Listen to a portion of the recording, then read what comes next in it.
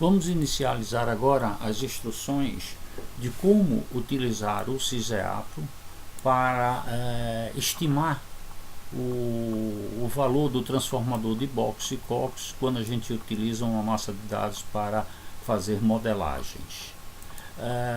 Inicialmente, para isso, abra o programa SysEAPRO. Para abrir o programa SysEAPRO, busque no desktop do seu computador o ícone do programa SysEAPRO. Ao encontrá-lo, dê um duplo clique para abrir o programa. Caso você não encontre o ícone no desktop do seu computador, provavelmente você retirou ele para uma outra pasta ou apagou sem querer, mas mesmo assim você pode abrir ele buscando o diretório C. Dentro do diretório C você vai encontrar uma pasta com esse nome, SysEAPRO. Dentro dessa pasta SysEAPRO você vai encontrar o arquivo syseapro.exec. Dá um duplo clique nele que o programa vai ser aberto. Com o programa aberto, podemos verificar na parte superior a presença de um menu suspenso, em que esse menu ele é formado por vários itens. Por exemplo, o item primeiro aqui, o arquivo, é nesse item que a gente pode criar um arquivo novo, apagar, imprimir, exportar, importar, ou seja, um item bem direcionado para gerenciamento de arquivo. Temos outras também, como gerenciar imagens, sair do programa, né? Os demais itens, à exceção de informação, são itens muito direcionados à aplicação da estatística aplicada propriamente dita, né?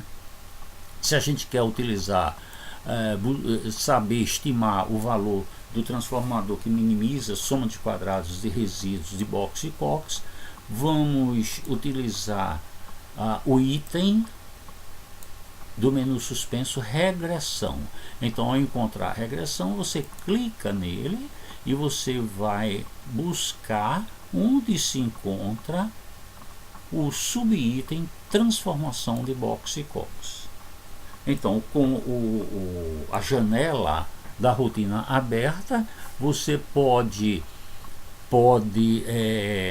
observar a presença de um botão com interrogação, que é um botão de dúvidas. Nós sempre recomendamos aos usuários do SysEAPRO que não tem muita intimidade com o SysEAPRO ou com a rotina que queremos trabalhar, pressionar ele para que a gente leia algumas informações dessa rotina para saber o que é feito, como é feito, muitas vezes, né?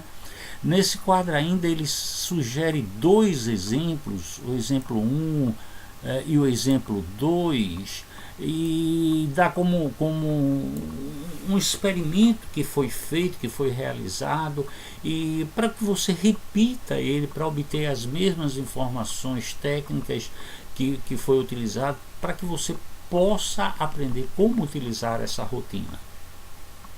Então aqui foi feito um experimento em que ele gravou com o nome de exemplo 90. Então vamos buscar o arquivo exemplo 90 para apresentar esse experimento. Então vamos ao exemplo 90. Para carregar na memória o arquivo exemplo 90, pressione o botão selecionar arquivo, que ao fazer isso é aberta uma janela do Windows, em que nessa janela você vai buscar esse arquivo. Como ele não se encontra aqui, vamos utilizar a barra de rolagem para localizar o arquivo exemplo 90. Se você não tiver com o arquivo aqui, você estiver buscando um outro diretório, basta você alterar esse diretório aqui, porque ele sempre, quando faz a abertura, ele busca esse padrão, que é o SysEAPRO dados, onde ele coloca os dados dele. Mas se você gravou um determinado arquivo em um outro diretório, você tem que alterar esse diretório, né? Então vamos ao exemplo 90. Ao achar o exemplo 90, você dá um duplo clique nele, ou clica uma vez para selecioná-lo e pressiona o botão abrir o arquivo. Bem, aqui eu tenho uma massa de dados, é bom confirmar que é o exemplo 90, eu aconselho também fazer isso, porque você pode, sem querer, ter clicado no arquivo anterior ou posterior e trabalhar com um arquivo que não é aquele que você esteja querendo trabalhar, né? Não, então eu tenho o exemplo 90 mesmo. Esse exemplo 90 é um banco de dados em que o pesquisador fez um determinado experimento, né, em que quis avaliar o peso de uma determinada espécie ao cultivar essa espécie sob as seguintes condições.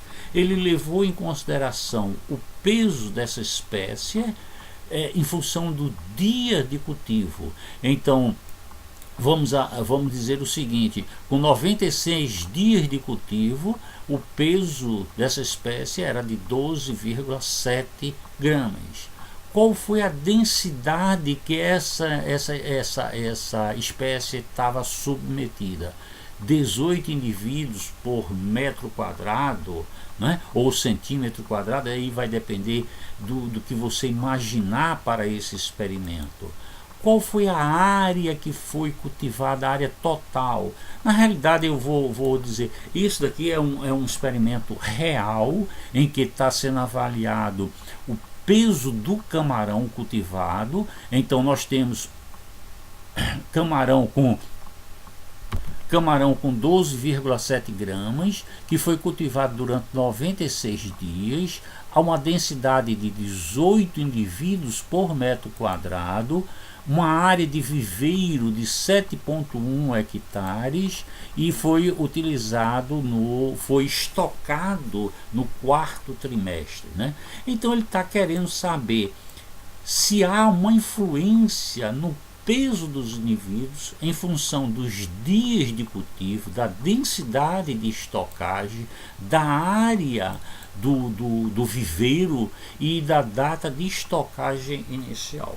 Então vamos buscar esse tipo de informação, mas estamos na fase inicial do que nós chamamos de modelagem. Estamos tentando buscar qual o melhor transformador a ser utilizado, um transformador que me garanta que a variável vai apresentar uma distribuição normal, que vai ser o transformador que minimiza a soma dos quadrados dos resíduos. Então vamos utilizar aqui as janelas para preencher com esses vetores. Então ele está me perguntando quem é a variável dependente nesse seu experimento. O peso. Então vamos colocar o peso. Quais são as variáveis independentes que você quer associar a esse modelo? Então, dias. Para isso eu vou clicar duas vezes, ou cliquei duas vezes, ele veio para cá, ou clica uma vez e pressiona inserir. Então dias já foi, densidade, área, trimestre. Vamos admitir que eu queira avaliar, que eu queira inserir nesse modelo interação.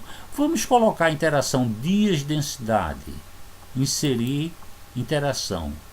Então eu vou pegar dias, vou dar um duplo clique nele, surgiu dias, vezes densidade. Então coloquei a interação, valide a interação. Então veja que veio para cá essa variável.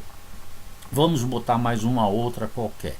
Inserir interação, dias vezes área.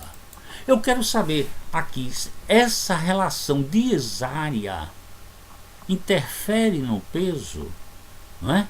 Valida a interação. Bem, Podemos alterar aqui, mas o que eu estou buscando é exatamente isso.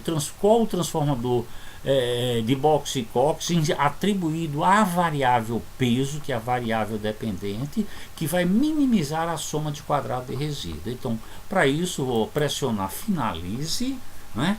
Então ele vai me perguntar algumas coisas. Você quer que eu use o modelo? Sim, nunca altere isso daqui. Ao alterar isso aqui, o valor do R quadrado, da estatística R quadrado, perde muito o significado. Então nós nunca aconselhamos alterar isso aqui. O que nós estamos querendo é basicamente convergir para esse tipo de gráfico que, por sorte, já se apresenta bem definido. Você veja o seguinte, que esse valor de lambda é um valor que nós vamos colocar aqui em cima da variável peso. Então o valor de lambda. E ele está me dizendo aqui, ó, se eu botar o valor de lambda, um valor aqui nessa região, nessa área, né? Nessa área aqui é o valor que vai minimizar a soma de quadrado de resíduo, que é tudo que eu quero. Qualquer um outro transformador que eu utilizar que não seja esse valor aqui, vai aumentar a soma de quadrado de resíduo, que é tudo que eu não quero. Então eu já tenho aqui um valor, mas se você quiser saber com mais precisão, vamos botar para ele iniciar aqui em 0, para a gente poder ver isso daqui melhor. Então em 0 você vai ver ó, que menos 1 é um ponto que minimiza essa soma de quadrado de resíduo. Eu posso também olhar por aqui, ó, menos 1, 0 eu tenho 151 de resíduo, menos 1, 142, menos 2, então eu já posso utilizar aqui, menos 1 é o valor que minimiza a soma de quadrado de resíduo. Eu posso também pedir para calcular esse intervalo de confiança, porque ao encontrar esse intervalo de confiança, qualquer valor entre esse e esse é um valor estatisticamente que não vai fazer diferença. Mas para mim aqui o menos 1 é o ponto central, é um ponto que é um transformador que você pode utilizar com muita segurança, né? Então é exatamente tudo o que a gente quer com relação a essa parte aqui. É saber que valor que minimiza a soma de quadrado de resíduo. Ou seja, é o valor de menos 1, o inverso no caso, não é?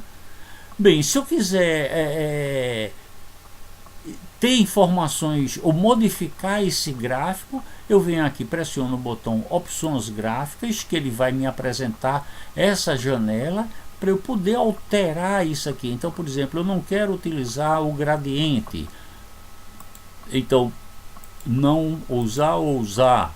Se usar, vamos alterar esse branco, vamos botar um verde escuro aqui, vamos colocar esse verde escuro central, vamos, aqui eu posso deixar mesmo lambda, porque isso é o valor de lambda, soma de quadrado de resíduo, está bem. Eu não gostei dessa moldura, grade moldura, invisível,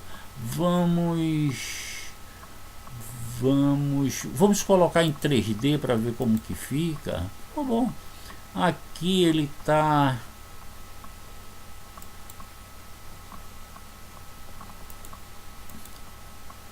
bem. Nós estamos fazendo isso,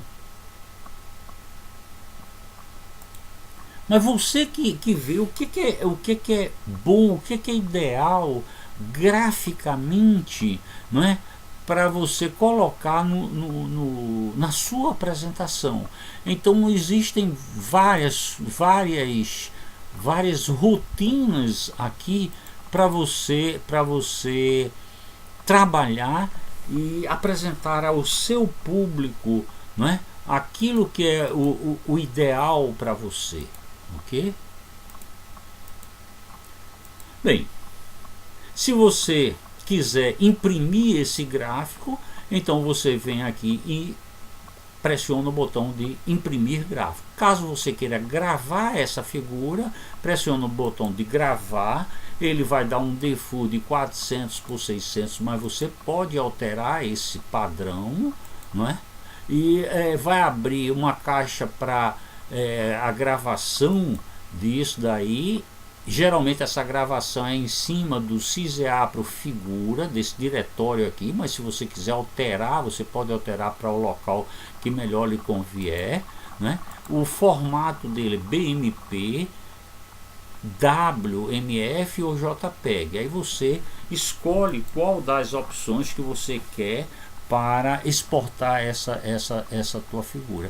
Essas 3 rotinas com certeza são absorvidas pela maioria dos processadores de texto sem grandes dificuldades, né? Então qualquer uma delas, o JPEG é o mais utilizado de uma forma geral.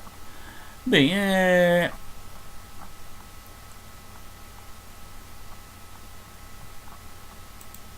temos então todas as opções que foram propostas. Se você quiser aqui calcular o intervalo de confiança desse lambda, você calculou. E a mesma coisa, se você quer gravar essas informações ou imprimir esses resultados, basta você pressionar aqui que você vai ter.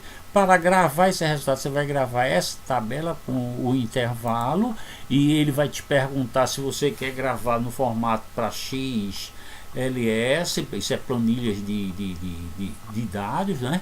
Ou para o próprio, inclusive o próprio programa Sysappro, ou no formato TXT, que é um dos mais utilizados para você transferir essas informações para um processador de texto também, ok?